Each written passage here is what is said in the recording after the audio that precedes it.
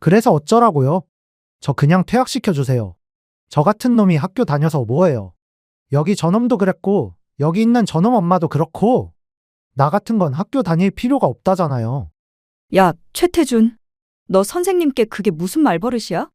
어? 그리고 어디 선생님을 툭툭 밀치고 있어? 아줌마는 또 뭐해요?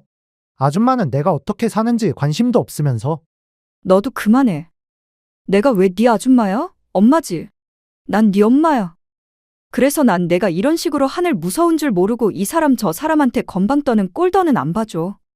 너 당장 선생님께 잘못했다고 용서 빌어. 어서. 안녕하세요. 저는 제 뱃속으로 낳지 않았지만 평생을 가슴으로 키워온 제 아들을 빼앗길 뻔했던 50대 아줌마입니다. 여러분께서는 자식을 빼앗길 뻔한 적이 있으신가요? 아니면 혹시 빼앗기는 상상이라도 해보신 적이 있나요? 여러분은 아마 상상도 못하실 겁니다. 눈에 넣어도 안 아픈 게 자식이라는데 그런 자식을 빼앗기는 건 있을 수도, 있어서도 안 되는 이야기니까요. 그런데 몇 년 전 저는 실제로 제 아들을 빼앗길 뻔했습니다. 그것도 당연하다는 듯이 뻔뻔하게 내놓으라고 소리치는 사람들에게요. 억만금을 줘도 안 내어줄 제 아들을 말입니다. 그리고 그런 아들을 제가 어떻게 지켜냈는지 여러분들에게 이야기하고 싶어 이렇게 사연을 보냅니다. 저는 꽃피는 시절 20살에 첫 남편과 만나 일찍이 결혼 생활을 시작했습니다. 그리고 저는 어렸을 적부터 아이들을 무척 좋아했어요. 동네 아이란 아이는 다 제 손을 타고 자랐다 해도 과언이 아니겠죠. 그래서인지 어렸을 때부터 저는 엄마가 되는 게 꿈이기도 했고요. 그런데 왜 인연은 하늘이 내려준다고 하잖아요. 제 삶에는 자식년이 없었던 건지 애석하게도 저는 첫 번째 남편과 함께했던 15년이란 길고 긴 시간 동안 3명의 아이를 유산하고 말았어요.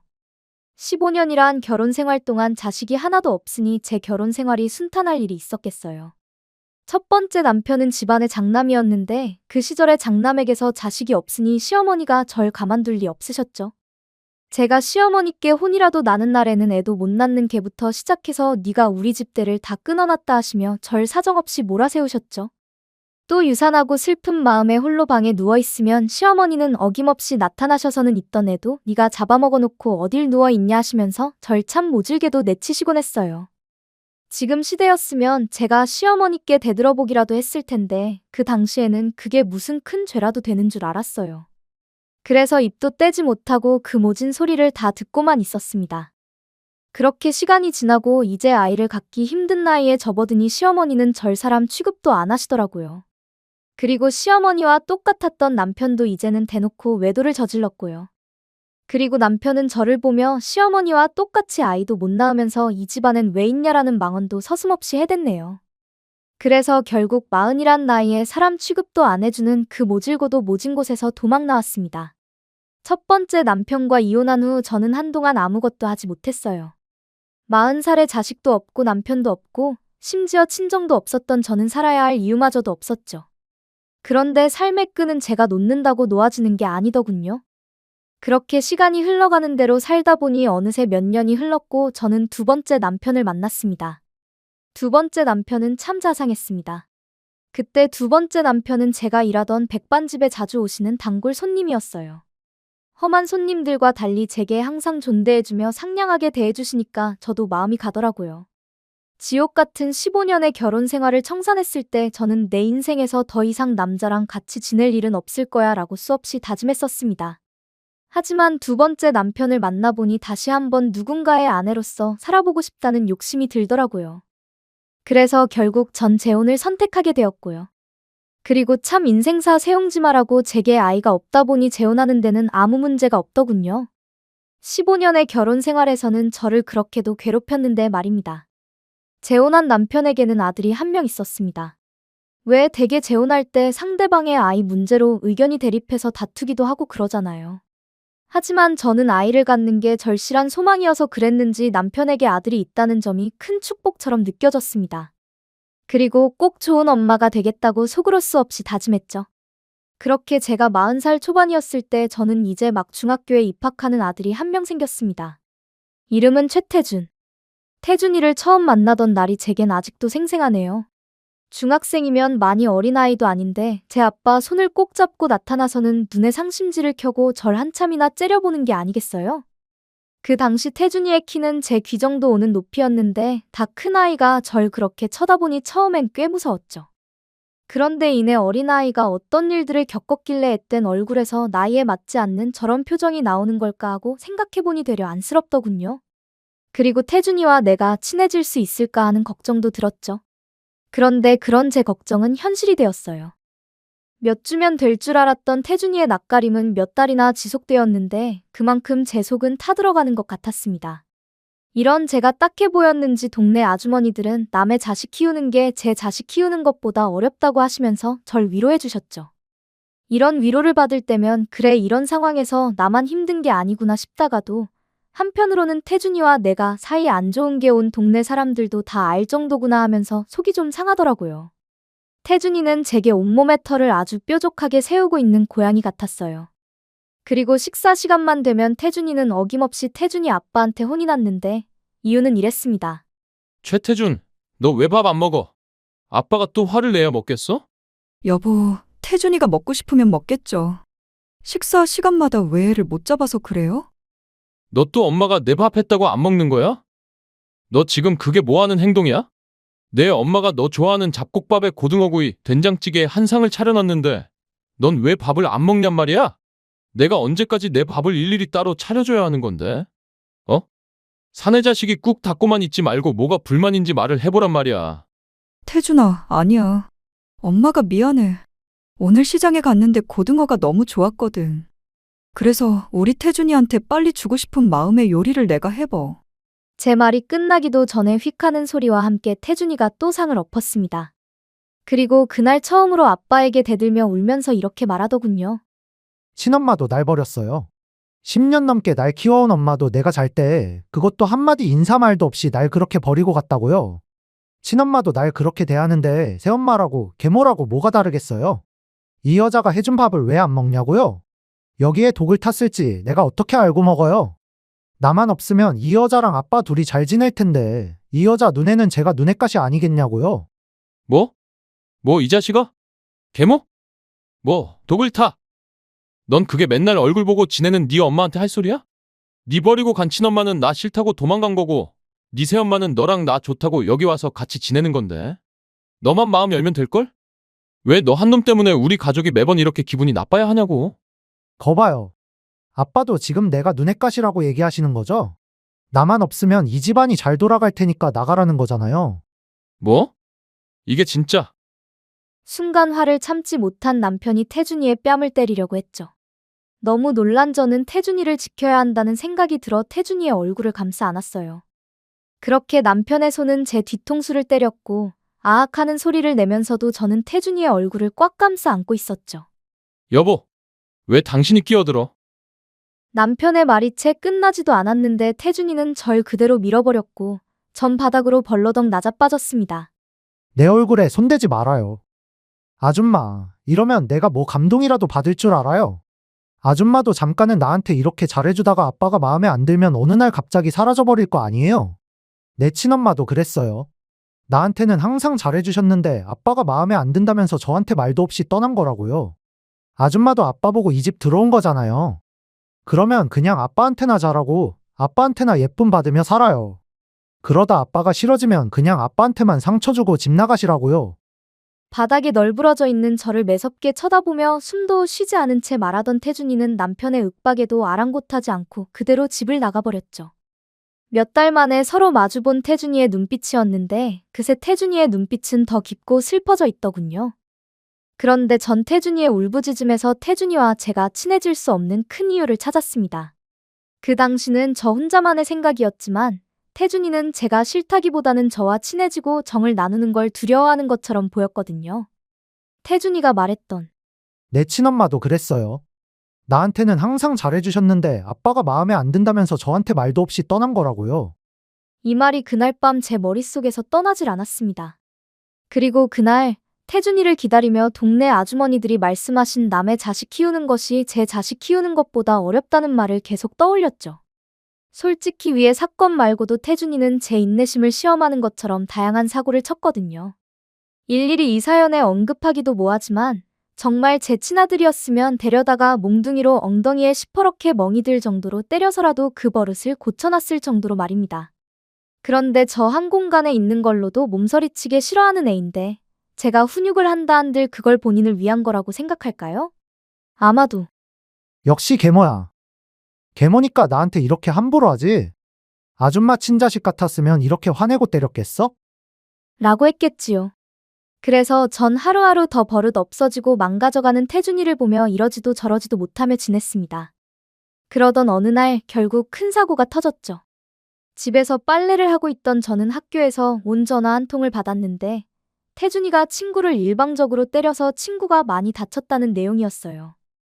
저는 그 길로 태준이 학교로 찾아갔습니다. 아직 분이 안 풀렸는지 씩씩거린 태준이를 보고 있자니 눈앞이 핑 돌더군요. 그리고 남편에게 듣기로는 시험 성적은 항상 상위권을 유지해서 착실한 아이라는데 이렇게 점점 더 어른들한테 함부로 하고 폭력까지 쓰는 모습을 보니까 저 때문에 애가 저렇게 변했나 죄책감이 들더라고요. 그래서 어쩌라고요? 저 그냥 퇴학시켜주세요. 저 같은 놈이 학교 다녀서 뭐해요?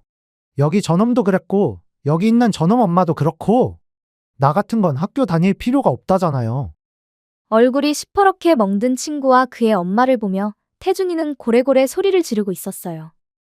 이야기를 들어보니 태준이가 그동안 엄마가 버린 애라며 친구들에게 놀림을 받고 있었다는 겁니다. 그리고 태준이는 분한 마음에 주동자를 때렸던 건데 폭력이 과해 일이 이렇게 커졌던 거고요. 놀림받았을 태준이를 생각하면 피가 거꾸로 돌지만 본인을 도와주려는 선생님의 어깨를 툭툭 밀치며 퇴학시켜달라고 고래고래 소리 지르는 태준이를 보고 있자니 이건 아니다 싶더군요. 전 그때 다짐했죠. 점점 더 사람 아니게 변해가는 태준이의 눈빛을 더는 두고만 보지 않겠다고요. 야, 최태준. 너 선생님께 그게 무슨 말버릇이야? 어? 그리고 어디 선생님을 툭툭 밀치고 있어? 아줌마는 또 뭐예요? 아줌마는 내가 어떻게 사는지 관심도 없으면서. 태준이 말이 끝나자마자 전 태준이의 뺨을 잇는 힘껏 한 대 때렸습니다. 그리고 절 노려보는 태준이를 보며 빨갛게 올라온 뺨을 한 대 더 때렸죠. 너도 그만해. 내가 왜 네 아줌마야? 엄마지. 난 네 엄마야. 그래서 난 네가 이런 식으로 하늘 무서운 줄 모르고 이 사람 저 사람한테 건방 떠는 꼴더는 안 봐줘. 너 당장 선생님께 잘못했다고 용서 빌어. 어서. 제 화난 모습을 처음 봤는지 태준이는 아무 말도 못하고 절 쳐다만 보더군요. 그런데 갑자기 태준이가 때린 친구 어머님이 제게 말했어요. 아, 당신이 얘 계모야? 계모라 애가 이렇게 아나무인 되도록 아무 신경도 안 쓰나? 곧 시험인데 저 팔로 공부를 어떻게 하냐고. 공부는 해서 뭐 한대요? 뭐라고? 학생인데 공부해서 뭐 하냐니?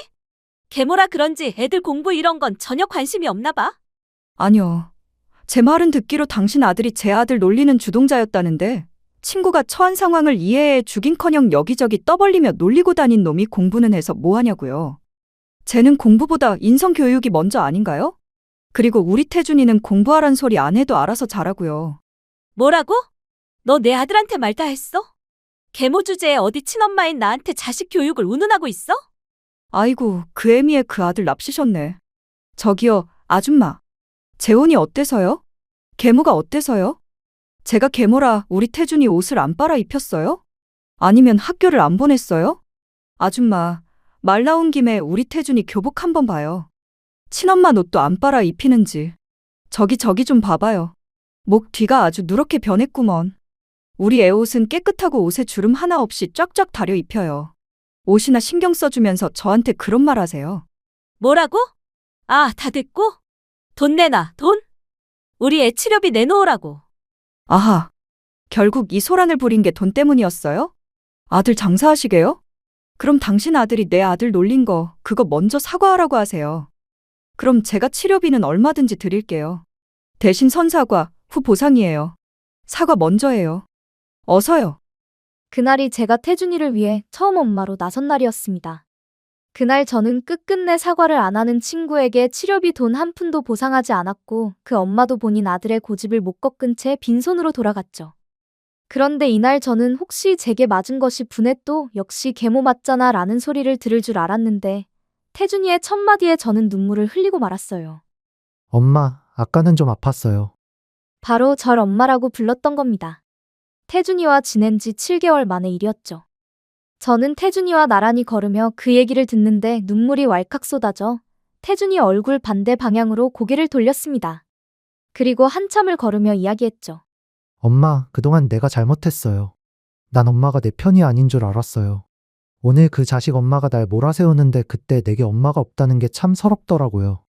그런데 오늘 내 편을 들어주는 엄마가 있어서 참 좋았어요. 그랬구나.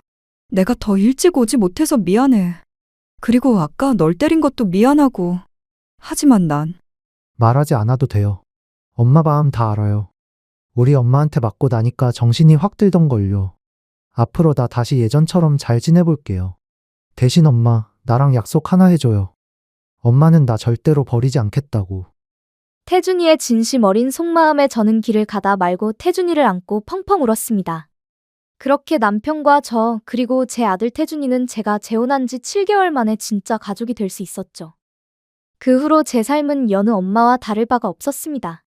태준이는 아침마다 제가 해준 밥을 먹고 등교하고 또 제가 챙겨준 도시락으로 점심을 먹었죠. 그리고 저녁이면 남편과 태준이, 저 셋이 둥근 밥상에 둘러앉아 저녁밥을 먹었고요.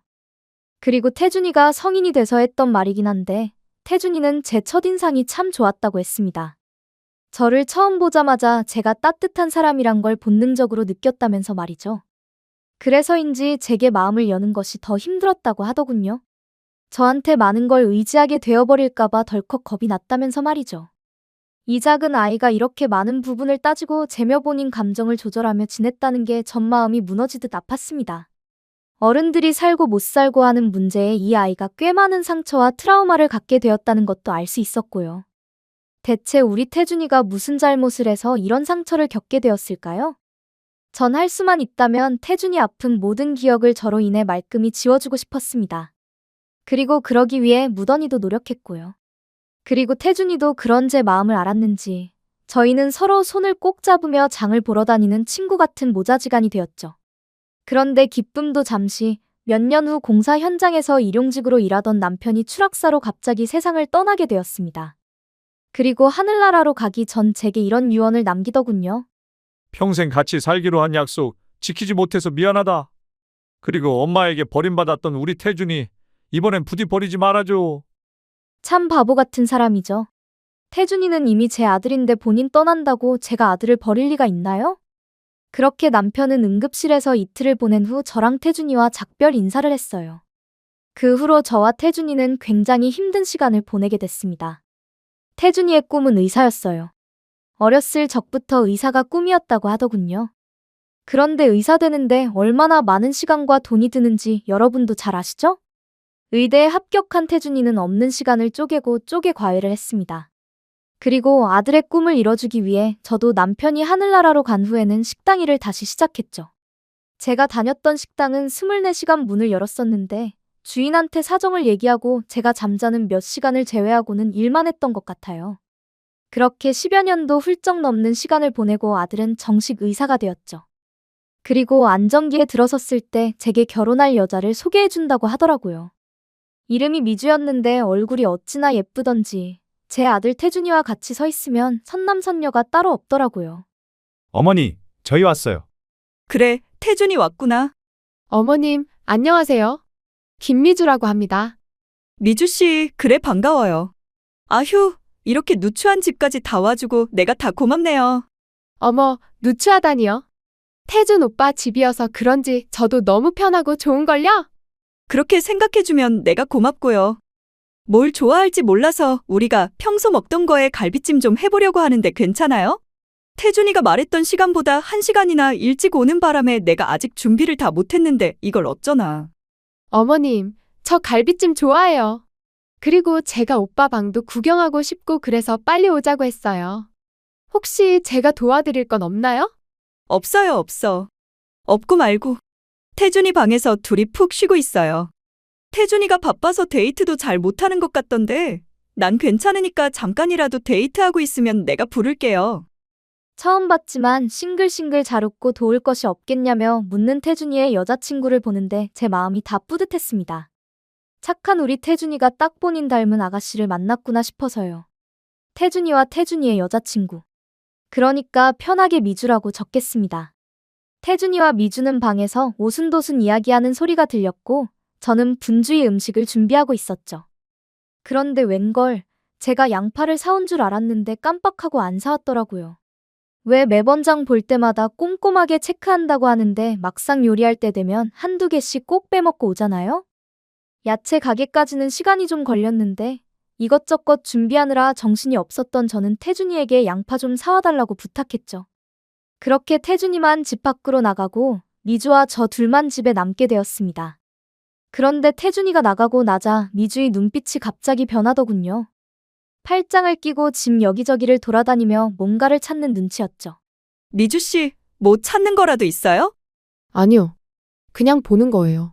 이런 집은 처음 와봐서요. 이런 집이요? 아니에요. 태준 씨 집에 처음 와봤다고요. 그런데 어머니, 식탁이 안 보이는데 우리 밥은 어디서 먹어요? 아, 부엌이 좁아서 우리 집은 식탁이 없어요. 손님용 상이 있는데 이따 음식 준비되면 상 펴서 먹을 거예요. 네? 방바닥에서 밥을 먹는다고요? 아휴, 태준 오빠도 참. 미리 말이라도 좀 해줬으면 바지 입고 오는 건데. 아휴, 하여간 별로라니까. 그러게. 치마를 입었네요. 그럼 내 옷이라도. 아니요. 저 마트까지는 얼마나 걸리나요? 한 5분? 5분 정도 걸. 아, 그럼 얼마 안 남았네. 알겠어요. 전 오빠 방 더 구경해도 되죠? 편할 대로 하세. 계속해서 제 말을 끊어먹던 미주는 그대로 태준이 방으로 횡하니 들어가더군요. 아까와 같이 상냥한 목소리이긴 한데 뭔지 모르게 갑자기 확 바뀌어버린 미주의 분위기는 절 의아하게 만들었죠. 그런데 갑자기 탈칵하고 태준이 방문이 잠기는 소리가 들리는 게 아니겠어요? 제가 방에 들어갈 것도 아닌데 문을 잠그니까 저도 기분이 썩 좋지만은 않더군요. 그런데 한 3분쯤 흘렀을까 갑자기 우당탕하고 태준이 방에서 무언가 떨어지는 소리가 들렸죠. 그래서 저는 깜짝 놀라 태준이 방을 열었어요. 그 사이 미주는 황급히 뭔가를 본인의 가방에 숨겼는데 이내 절 보고 소리 높여 말하더군요. 어머니, 노크도 없이 그렇게 들어오시면 어떡해요? 그리고 제가 방문까지 잠갔는데 그렇게 문까지 따고 들어오시는 건 예의가 아니죠? 아, 여기 방문이 고장나서 잠가도 그냥 열리는 문이라. 아니, 그런데 도대체 뭘 했길래 그렇게 놀라는 건지 이해가 안 되는. 갑자기 소리를 지르는 미주에 저는 깜짝 놀랐고 말을 이어나가려던 찰나에 태준이가 들어왔습니다. 어머니, 무슨 일이에요? 아, 아니다.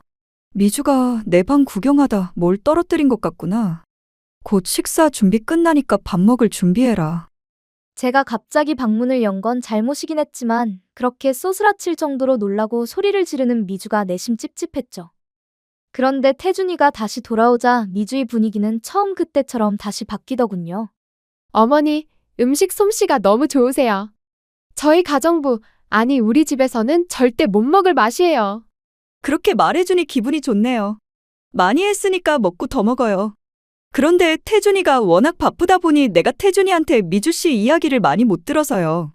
혹시 실례가 안 된다면 무슨 일 하는지 물어봐도 될까요? 아, 네. 저 배우예요. 촬영하다 다쳐서 병원에 간 적이 있는데 그때 병원에서 태준 오빠를 처음 만났어요.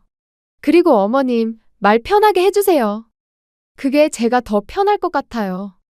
네, 알겠어요. 그럼 이제 편하게 할게요. 그런데 배우라고.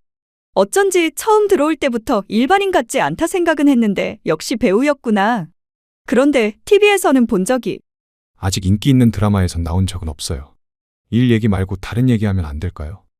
일 얘기에 갑자기 제 말을 또 잘라먹고 표정이 변한 미주. 그리고 황급히 말을 돌리는 태준이를 보며 제가 뭔가 실수한 것 같다는 느낌이 들 때쯤 미주의 핸드폰 벨소리가 울렸습니다. 태준이 방에서 통화를 한다고 하던 미주는 약간씩 언성이 높아졌죠. 그리고 이내 나와서는 식사를 다 끝냈는데 이만 먼저 가봐도 되겠냐고 묻더군요. 그래도 제게 처음 인사하는 자리였는데 그렇게 횡하니 가버리는 게 좀 아쉽긴 했어도 워낙 요즘 젊은 친구들은 바쁘게 지내니 그러려니 했습니다. 그리고 또 얼마의 시간이 흐르고 태준이와 미주는 계속 잘 지내는 듯 했습니다. 그런데 어느 날부터 부쩍 태준이가 술 먹는 날이 많아졌고 집에서도 얼굴에 늘 그늘이 져 있더군요. 왜 그런지 물어봐도 대답도 안 하고요. 제게 마음을 연 이후로 혼자 지내는 제가 심심하기라도 할까 미주알 고주알 다 늘어놓으며 이야기하던 앤데 이렇게 입을 꾹 다물고 있으니 여간 걱정되는 게 아니겠어요? 혹시나 미주와 무슨 일이 있나 의심하기도 했지만 미주는 태준이가 없는 날에도 자주 집에 놀러 왔었어요. 그리고 저와 한참 수다를 떨고 갔던 터라 미주와는 상관없는 일이라고 생각했어요. 그렇게 태준이가 미주의 집으로 결혼을 승낙받으러 간다고 했던 날이 왔습니다. 예비 장인어른, 장모님을 뵈러 가는 날 아침, 태준이의 표정은 마치 뭐랄까요? 이런 표현은 좀 그렇지만 도살장에 끌려가는 소처럼 억지로 나가는 표정이었죠. 그리고 역시나 태준이는 그날 밤 집으로 술에 취해 들어왔고 며칠이 지난 뒤엔 집요하게 묻는 제게 지쳤는지 미주와 헤어졌다고 하더라고요. 말로는 덤덤하게 헤어졌다고 하는데 마음고생이 심한지 태준이는 하루가 다르게 야위어 갔습니다. 30대 후반이 되어서야 결혼하겠다고 처음 데려온 여자였는데 헤어진 게 좀 의아하긴 했지만 그것도 아들의 뜻이겠거니 하고 받아들였어요. 그런데 미주는 받아들이지 못한 것 같았습니다. 태준이가 없을 때 골라 우리 집에 찾아와 오빠의 마음을 돌려달라고 사정사정했어요. 심지어 제게 옷이며 스카프 등의 선물도 챙겨와서는 말이죠. 그러던 중 제게 문자 한 통이 왔습니다. 안녕하세요. 미주 엄마입니다. 직접 뵙고 할 이야기가 있는데 만났으면 합니다. 어느 날 본인이 미주 엄마라며 제게 보내온 문자. 이전에 미주가 자주 연락드리겠다며 제 번호를 알아간 적이 있었는데 제 번호는 아마도 미주가 알려준 모양이었어요. 태준이는 미주와 정리한다고 했는데 이 자리를 나가야 하나 말아야 하나 고민했었죠. 그런데 제 아들이 힘들어하는 이유라도 들어봐야겠다 싶어 전 약속을 잡고 자리에 나갔습니다. 저는 집 앞에 있는 큰 한식당으로 갔고 그곳에는 김미주로 예약된 방이 하나 있었죠. 직원에게 예약된 방을 안내받고 들어갔는데 글쎄 거기에 태준이가 있는 게 아니겠어요? 어머니, 태준아, 네가 여긴 어떻게? 병원장님, 저희 어머니는 여기 왜 부르신 거예요? 제가 그만큼 말씀드렸잖아요. 갑자기 벌어진 상황에 저는 아무 말도 하지 못하고 화를 내는 태준이만 쳐다보고 있었어요. 태준이 맞은편으로는 한 부부가 있었는데 태준이가 병원장이라고 불렀던 분은 미주의 아버지셨고 그 옆에는 제게 문자를 보냈던 미주 어머니가 앉아 계셨죠. 그리고 미주와 미주 남동생도요. 마치 상견례 자리 같았습니다. 미주 부모님은 TV에서나 나올 법한 뭐랄까요? 부잣집 중년 부부 같은 모습이었어요. 나름 기죽기 싫어 저도 옷장에 있던 옷 중에 제일 좋은 걸로 입고 나왔는데 그 당시 제가 참 초라하게 보이더라고요. 태준이 어머님 되시죠? 안녕하십니까? 저는 미주 애비 되는 사람입니다. 아, 네. 안녕하세요. 그런데 지금 이게 어떤 상황인가요? 저는 미주 어머니를 뵈려고 나왔는데요. 어머니는 제가 미주랑 끝났다고 그렇게 말씀드렸는데 이 자리에 나오긴 왜 나오셨어요? 저랑 당장 나가요. 제 대답에 또 화를 낸 태준이는 이내 제 손을 확 잡아 끌더니 문 밖으로 나가려고 했죠. 그러자 미주 아버지께서 이렇게 말씀하시더군요. 제가 돌려 말하는 걸 잘못해서 바로 말씀드리겠습니다.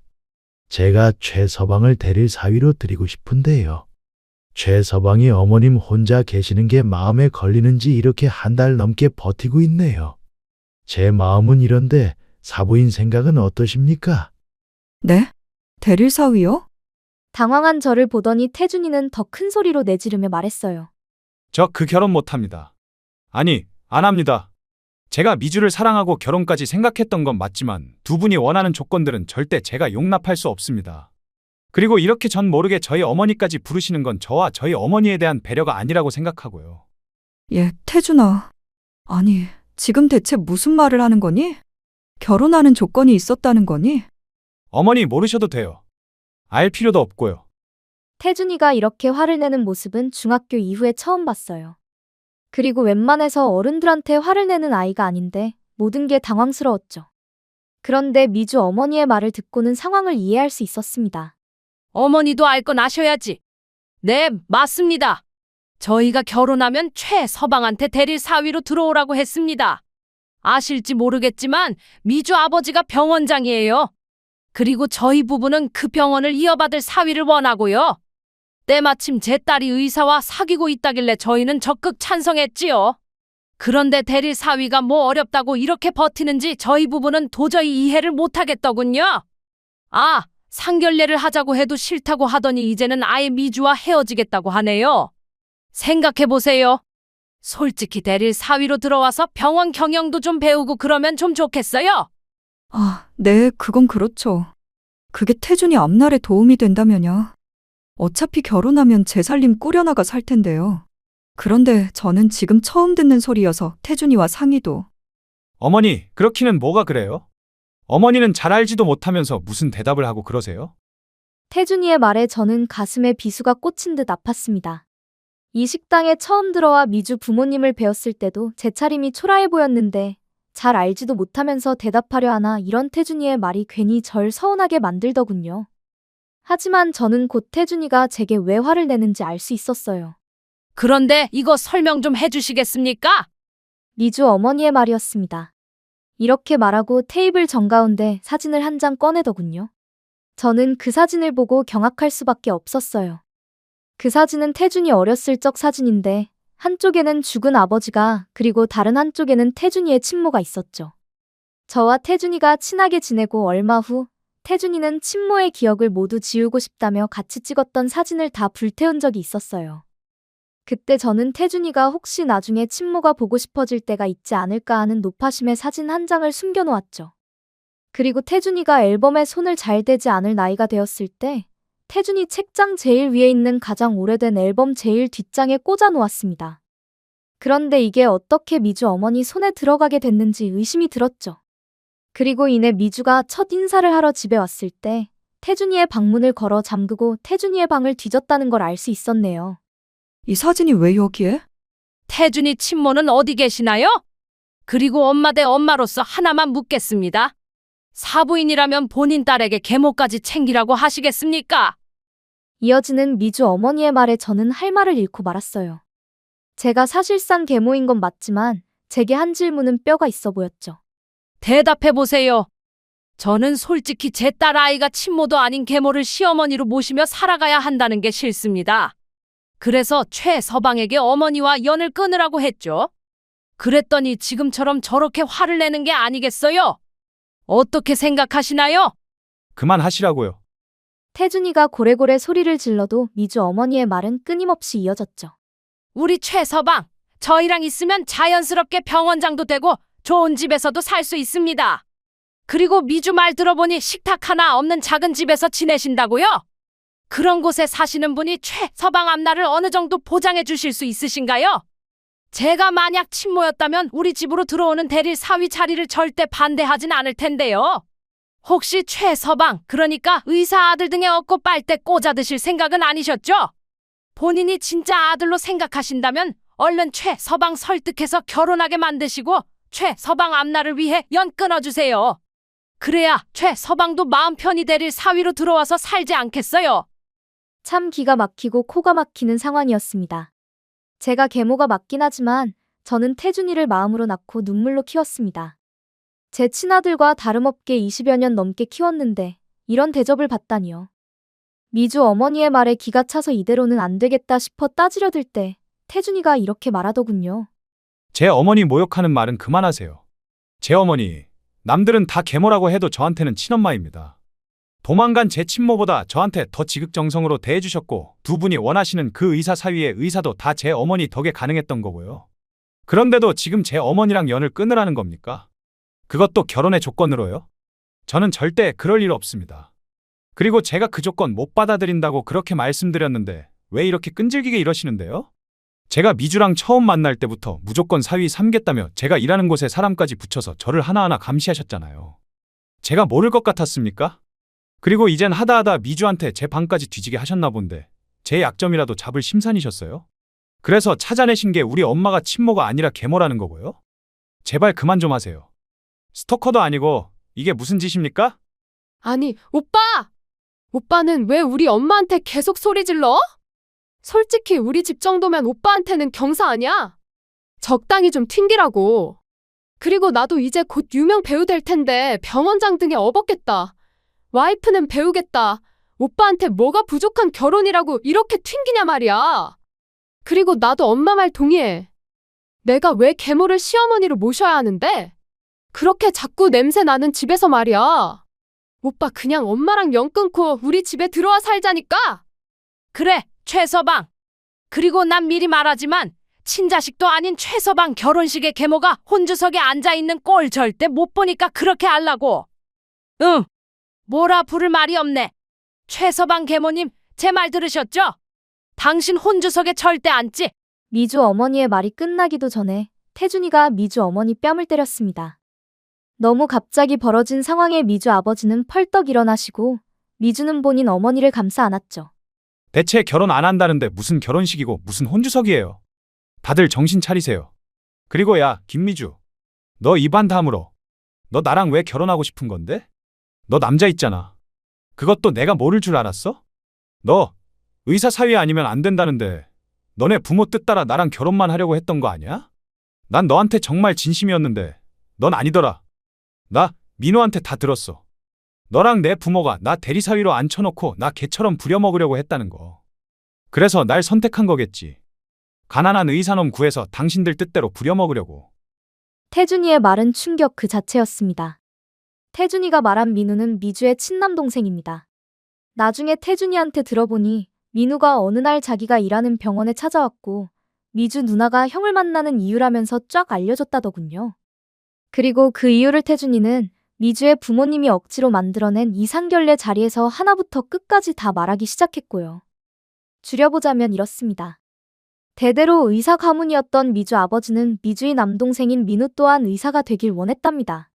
미주는 처음부터 공부머리도 없었고 오로지 제 몸치장하는 것밖에 할 줄 몰라 부모 돈만 펑펑 써대는 바람에 포기한 지 오래됐고요. 그런데 민우는 의사에는 전혀 꿈이 없었다고 하더라고요. 그래서 방황 아닌 방황으로 억지로 들어갔던 의대도 부모 몰래 자퇴하고 방랑자처럼 여행을 다녔다네요. 그렇게 시간이 흐르고 민우가 집에 돌아오자 집에서는 배신자 소리를 들으며 쥐죽은 듯 있었다죠. 그리고 민우가 보기에 미주 아버지의 욕심이 줄어드나 싶었는데 끝내 포기하지 않으셨고 이번엔 의사 사위로 눈을 돌렸다는 거예요. 그래서 하나뿐인 딸에게 의사 사위만 데려오면 뒤에서 뭘 하고 다니든 상관하지 않겠다고 했다면서 말이죠. 그러다 태준이를 만난 거였는데 집안도 변변찮아 보여 대리의사 제안을 한 번에 받아들일 거라며 집안이 잔치 분위기였다네요. 그런데 태준이가 계속 거부를 하자 사람을 붙여 협박 아닌 협박도 하고 약점이 될 만한 건 모조리 잡아오라며 그간 제 집을 드나들었다는 거죠. 그리고 미주는 이런 식으로 그동안 3명의 남자에게 더 접근했었다네요. 그런데 그보다 더 충격적인 건 미주 아버지가 말한 그 상관하지 않겠다에는 미주의 사생활도 다 포함되어 있었다는 겁니다. 그리고 평소 문란했던 미주는 그새를 못 참고 제 아들 태준이와 여러 남자를 동시에 만나고 있었고요. 그리고 이런 가족들한테 질릴 대로 질려버린 민우가 아무것도 모르고 있던 태준이를 찾아와 모두 말해줬다는 거죠. 세상에, 이게 다 의사 사위를 얻고 싶은 미주 부모님의 계략이라고 생각하니 제 온몸에 소름이 끼치더군요. 그리고 이런 말을 다 들으니까 저도 더 이상 아들을 위해 참고 있을 수 없었습니다. 아니, 이제는 진짜 참으면 안 될 상황이 온 거죠. 뭐야? 이 사람 같지도 않은 것들이 내 자식을 뺏어가려고 했다는 거야? 그거 당신들 집착인 거 알아? 멀쩡히 잘 지내고 있는 내 아들을 왜 끌어내서 이런 시궁창에 빠뜨리냐 말이야. 그리고 미주 너 처음 볼 때부터 말 살살 끊어먹고 분위기도 묘하게 왔다 갔다 하는 게 계속 걸렸는데 너 감히 내 아들한테 의도적으로 접근한 것도 모자라 태준이 두고 다른 남자를 만나러 다녔다고? 저는 태준이가 미주 어머니의 뺨을 때린 걸로도 분이 식지 않아 이번엔 제가 미주의 뺨을 한 대 쳐버렸습니다. 그러자 제게 버럭버럭 소리를 지르며 이러더군요. 아줌마, 나 배우예요. 배우는 얼굴이 생명인 거 몰라요? 아, 진짜 별. 아줌마, 내 얼굴 어쩔 거야? 빨갛게 부어올랐잖아요. 야, 이 망할 기집애야. 뭐 배우? TV에 얼굴 한번 안 비치는 배우가 있냐? 어? 말만 배우하지. 배우라면 먼저 행실을 더 똑바로 해야지. 이 남자, 저 남자 만나고 다닌 싸구려 주제에 네가 무슨 배우? 어? 내 아들 아까운 시간 어떻게 보상할 건데? 네가 어떻게 보상할 거냐고. 그리고 당신들은 어떻게 보상할 건데? 그렇게 전 미주와 미주 어머니의 머리채를 한 손에 하나씩 잡고 마구 흔들어댔습니다. 미주 아버지는 처음에는 저를 강하게 말리는 듯 했는데 이내 해탈한 듯 자리를 나가시더라고요. 그런데 그걸 그냥 나가게 놔둘 수 있나요? 제 아들을 건드렸는데요. 저는 복도까지 쫓아가 미주 아버지, 아니 그 빌어먹을 놈 머리채도 잡고 휘둘렀는데 글쎄 가발이 쑥 하고 벗겨지대요. 그래서 하는 수 없이 전 떨어진 가발을 식당 홀에 여러 손님이 식사 중인 테이블들 한가운데 던져버렸습니다. 당황한 미주 아버지가 후다닥 달려가 가발을 잡고는 손살같이 도망 나가던데 그 모습이 얼마나 웃기던지요. 그리고 그 뒤로 미주와 미주 어머니도 머리가 헝클어진 채로 뒤쫓아 나갔는데 제 아들이 그동안 당했던 마음고생에 비하면 아무것도 아니지만 그래도 꽤 통쾌하더라고요. 그렇게 하늘 무서운 줄 모르고 설쳐대는 사람들이 어디 그런 창피를 당해나 봤겠어요? 그날 저녁 저는 오랜만에 태준이와 둘이 밥상 앞에 앉아 진지한 대화를 했습니다. 태준이는 우리 엄마 역시 안 죽었다며 예전에 교무실에 찾아와서 소리 질렀던 그 무서운 얼굴이 아직 남아있네라고 말했고, 저 역시도 이 애미를 선택해줘서 고맙다라고 말했죠. 그날 이후 제 아들을 빼앗아가려 했던 그 집안 식구들은 나타나지 않았지만 저와 태준이는 그 일 이후로 더 끈끈해졌죠. 그렇게 2년 후 태준이는 친구의 소개로 자기를 빼닮은 선한 여자를 만났습니다. 그리고 아들의 손을 빌려 이 사연을 쓰는 지금 태준이는 알콩달콩 결혼 생활을 하며 저와도 잘 지내고 있답니다. 여러분, 부모가 자녀에게 남겨줄 수 있는 가장 위대한 유산은 날마다 그들과 잠깐이라도 시간을 함께하는 것이다 라는 말을 아시나요?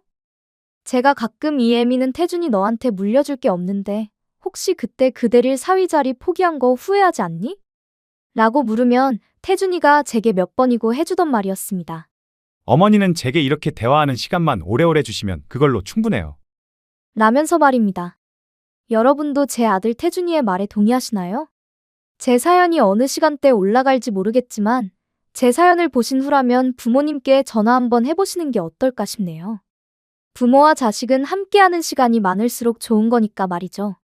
이렇게 눈물로 키웠던 제 아들을 빼앗길 뻔했다가 되찾아온 제 긴 사연은 끝이 났습니다. 오랜 시간 긴 이야기를 들어주셔서 진심으로 감사합니다.